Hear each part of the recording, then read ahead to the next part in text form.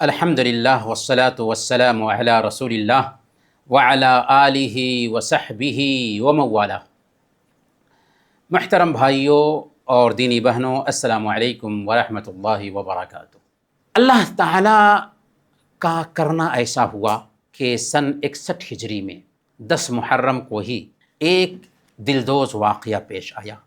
اللہ کے نبی صلی اللہ علیہ وسلم کے نواسے حضرت فاطمہ کے جگر گوشہ حضرت حسین رضی اللہ تعالیٰ عنہ میدان کربلا میں شہید ہو جاتے ہیں۔ یہیں سے تاریخ نے ایسے رخ بدلا کہ ساری حقیقتیں ذہن سے اوجھل ہو گئی۔ اگر ایک طرف حضرت حسین کو قتل کرنے والوں نے اچھے لباس پہننے، اچھا کھانا بنانے اور سرما لگانے کی بدعت ایجاد کی، تو دوسری طرف حسین رضی اللہ تعالی عنہ سے محبت کا دم بھرنے والوں نے اس دن کو رنج و الم کا دن، ماتم کا دن قرار دیا۔ حالانکہ ضرورت یہ تھی کہ جس کام کے لیے حضرت حسین رضی اللہ تعالی عنہ نے شہادت دی تھی، اس شہادت پہ غور کیا جاتا اور اس سے سبق لیا جاتا۔ آج ہم دیکھیں گے کہ سنت کیا تھی اور ہمارا سماج کیا بن گیا۔ محرم الحرام میں جو بھی رسوم و رواج پائے جاتے ہیں، نہ تو قرآن سے ثابت ہیں، نہ نبی اکرم صلی اللہ علیہ وسلم کی سنت سے ثابت ہیں، نہ صحابہ کرام کے عمل سے ثابت ہیں، نہ تابعین کے عمل سے ثابت ہیں۔ انہی رسومات اور انہی بدعات کا پوسٹ مارٹم آج ہم کریں گے۔ سب سے پہلے نمبر پر ماہ محرم میں ماتم اور غم منانا، یہ عجیب روایت کے طور پر ہمارے سماج میں عام ہو چکا ہے۔ حضرت حسین رضی اللہ تعالیٰ عنہ کی شہادت ایک عظیم سانحہ ہے، اس پر ہمیں افسوس ہوتا ہے، لیکن اس پر غم منانا اور ماتم کرنا کسی صورت میں درست نہیں۔ امت کا ایک طبقہ جن کو اہل تشیع کہا جاتا ہے، عاشورہ کے دن کو ماتم کا دن سمجھتا ہے۔ دوسری طرف اہل سنت کا جاہل اور دین سے دور طبقہ ہے جو اس دن کو جشن یا خوشی کا دن سمجھ لیتا ہے، گویا یہ اسلام کی کوئی تیسری عید ہو۔ لوگ عید کے جیسے نیا لباس پہنتے ہیں، خصوصی پکوان پکاتے ہیں، خوشیاں مناتے ہیں، اور کچھ جگہوں پر تو ناچ گانے اور فسق و فجور کا ماحول بنا لیا جاتا ہے۔ افسوس کی بات تو یہ ہے کہ ان جاہلانہ رسوم و رواج کی وجہ سے غیر مسلم بھائیوں تک اسلام کی تعلیمات بالکل دھندلی ہو کر کے سامنے آتی ہے۔ حالانکہ اسلام جیسا پاکیزہ دین اس طرح کی روایات سے بالکل پاک ہے، اور یہ جاہل اور گنوار لوگ حضرت حسین رضی اللہ تعالی عنہ کی دشمنی میں نہیں بلکہ محبت میں یہ سب کرتے ہیں۔ کیا یہ تعجب کی بات نہیں ہے کہ یوم شہادت پر خوشیاں منائی جائیں، ڈھول تاشے، شراب و کباب اور ناچ گانوں کا دور چلایا جائے؟ یہ تعجب کی بات نہیں ہے؟ حیران ہوں، دل کو روؤں کہ پیٹوں جگر کو میں، مقدور ہو تو ساتھ رکھوں نوحہ گر کو میں۔ اگر شیعوں نے عاشورہ کے دن کو ماتم کا دن بنا لیا، تو ناصبیوں نے، خارجیوں نے اس دن کو بغض رکھنے کے لیے خوشی کا دن منایا، تو ان کے لیے بھی ایک عذر ڈھونڈا جا سکتا ہے کہ وہ حضرت حسین رضی اللہ تعالیٰ عنہ سے بغض رکھتے ہیں، لیکن ان کا کیا جو حضرت حسین رضی اللہ تعالیٰ عنہ سے محبت کرتے ہیں؟ آخر یہ خوشیاں کیوں مناتے ہیں؟ یہ کیوں ناچتے اور گاتے ہیں؟ سنت کا طریقہ تو یہ تھا کہ اس دن روزے رکھے جائیں۔ حقیقت خرافات میں کھو گئی، یہ امت روایات میں کھو گئی۔ حضرت حسین رضی اللہ تعالیٰ عنہ کی شہادت واقعی افسوسناک ہے، لیکن ایک مسلمان شریعت کا پابند ہوتا ہے۔ ہماری شریعت کیا کہتی ہے؟ پہلے نمبر پر آزمائش ایمان کا حصہ ہے۔ جتنا ایمان مضبوط ہوگا، اسی ایمان کے اعتبار سے ہماری آزمائش ہوگی۔ حضرت حسین رضی اللہ تعالیٰ عنہ کی یہ آزمائش تھی۔ سنن ترمذی کی روایت ہے، حضرت سعد بن ابی وقاص رضی اللہ تعالیٰ عنہ بیان فرماتے ہیں کہ میں نے اللہ کے نبی صلی اللہ علیہ وسلم سے پوچھا کہ اللہ کے نبی صلی اللہ علیہ وسلم سب سے زیادہ مصیبت کس پر آتی ہے؟ تو اللہ کے نبی صلی اللہ علیہ وسلم نے فرمایا الانبیاء ثم الامثل فالامثل، کہ انبیاء کو سب سے زیادہ آزمائشوں کا سامنا کرنا پڑتا ہے، پھر ان کے بعد جو زیادہ ایمان والے ہوتے ہیں، پھر ان کے بعد جو زیادہ ایمان میں پختہ ہوتے ہیں۔ دوسرے نمبر پر شریعت نے مصیبت کے وقت ہمیں کس چیز کا حکم دیا ہے؟ ہمیں حکم دیا ہے کہ مصیبت آتی ہے تو صبر کریں، انا للہ و انا الیہ راجعون کہیں، اور یہ دعا پڑھیں اللہم اجرنی فی مصیبتی واخلف لی خیرا منہا، انا للہ و انا الیہ راجعون اللہم اجرنی فی مصیبتی واخلف لی خیرا منہا، یہ دعا پڑھنی ہے مصیبت کے وقت۔ تیسرا پوائنٹ نوٹ کیجیے، مصیبت پر شوق منانے کی مدت عورتوں کے لیے 3 دن رکھی گئی ہے، سوائے اس عورت کے جس کے شوہر کا انتقال ہو گیا ہو کہ وہ 4 مہینے 10 دن تک سوگ منائے گی۔ چنانچہ صحیح بخاری کی روایت ہے، حضرت ام حبیبہ رضی اللہ تعالی عنہا بیان فرماتی ہیں کہ اللہ کے نبی صلی اللہ علیہ وسلم نے ارشاد فرمایا لا يحل لامرأة تؤمن بالله واليوم الآخر ان تحد على میت فوق 3 الا على زوج 4 اشہر وعشرا، کہ کسی عورت کے لیے جائز نہیں ہے جو اللہ پر اور آخرت کے دن پر ایمان رکھتی ہو کہ وہ میت پر 3 دن سے زیادہ سوگ منائے۔ 3 دن سے زیادہ سوگ منانا جائز نہیں، سوائے اس عورت کے کہ جس کا شوہر وفات پا گیا ہو کہ وہ 4 مہینے 10 دن سوگ منائے گی، اس کے لیے 4 مہینے 10 دن سوگ منانا واجب ہے۔ اب آپ سوچئے حضرت حسین رضی اللہ تعالیٰ عنہ کی شہادت کو کتنا زمانہ بیت گئے، اب تک نوحہ کرنا اور ماتم منانا یہ کون سا دین ہوگا؟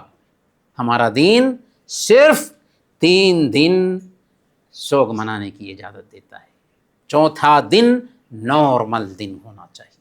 4تھا پوائنٹ نوٹ کیجیے، تاریخ میں کوئی حضرت حسین رضی اللہ تعالیٰ عنہ کی انوکھی شہادت عمل میں نہیں آئی، بلکہ ان سے پہلے سیدنا حسین رضی اللہ تعالیٰ عنہ کے ابا اللہ کے شیر حضرت علی رضی اللہ تعالیٰ عنہ نہایت بے دردی کے ساتھ شہید کیے گئے، جو سب کے نزدیک حضرت حسین رضی اللہ تعالیٰ عنہ سے بھی افضل تھے، اور ان سے بھی پہلے تیسرے خلیفہ حضرت عثمان ذو النورین رضی اللہ تعالیٰ عنہ کی شہادت کا المناک واقعہ پیش آیا، جو حضرت علی رضی اللہ تعالیٰ عنہ سے بھی افضل تھے، اور ان سے بھی پہلے اللہ کے نبی صلی اللہ علیہ وسلم کے سسر عمر فاروق رضی اللہ تعالیٰ عنہ کی شہادت کا عظیم سانحہ پیش آیا۔ محرم کی 1 تاریخ کو یہ سانحہ پیش آیا تھا، لیکن ان سب کے یوم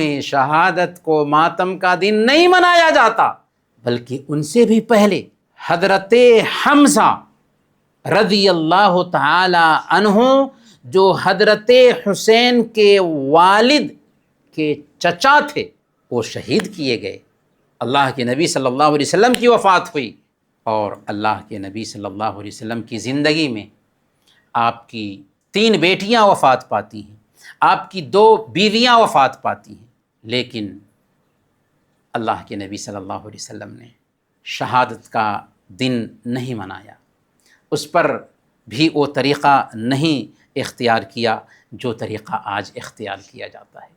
اسی لیے شیخ عبد القادر جیلانی رحمۃ اللہ علیہ بہت مشہور شخص ہیں، ان کی کتاب غنیت الطالبین ہے، اس کی جلد نمبر 2 اور صفحہ نمبر 124 میں وہ خود لکھتے ہیں کہ حضرت حسین رضی اللہ تعالیٰ عنہ کی شہادت کے دن کو غم کا دن کہنا اگر جائز ہوتا تو اس سے کہیں زیادہ حقدار سموار کا دن تھا، کہ اسی دن اللہ کے نبی صلی اللہ علیہ وسلم اور حضرت ابوبکر صدیق رضی اللہ تعالیٰ عنہ کی وفات ہوئی تھی۔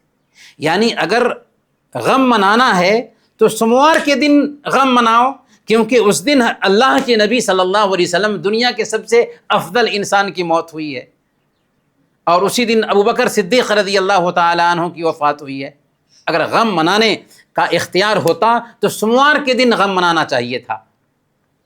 5واں پوائنٹ نوٹ کیجیے، زندہ قومیں ہمیشہ نئے سال کا استقبال نئے حوصلے سے کرتی ہیں۔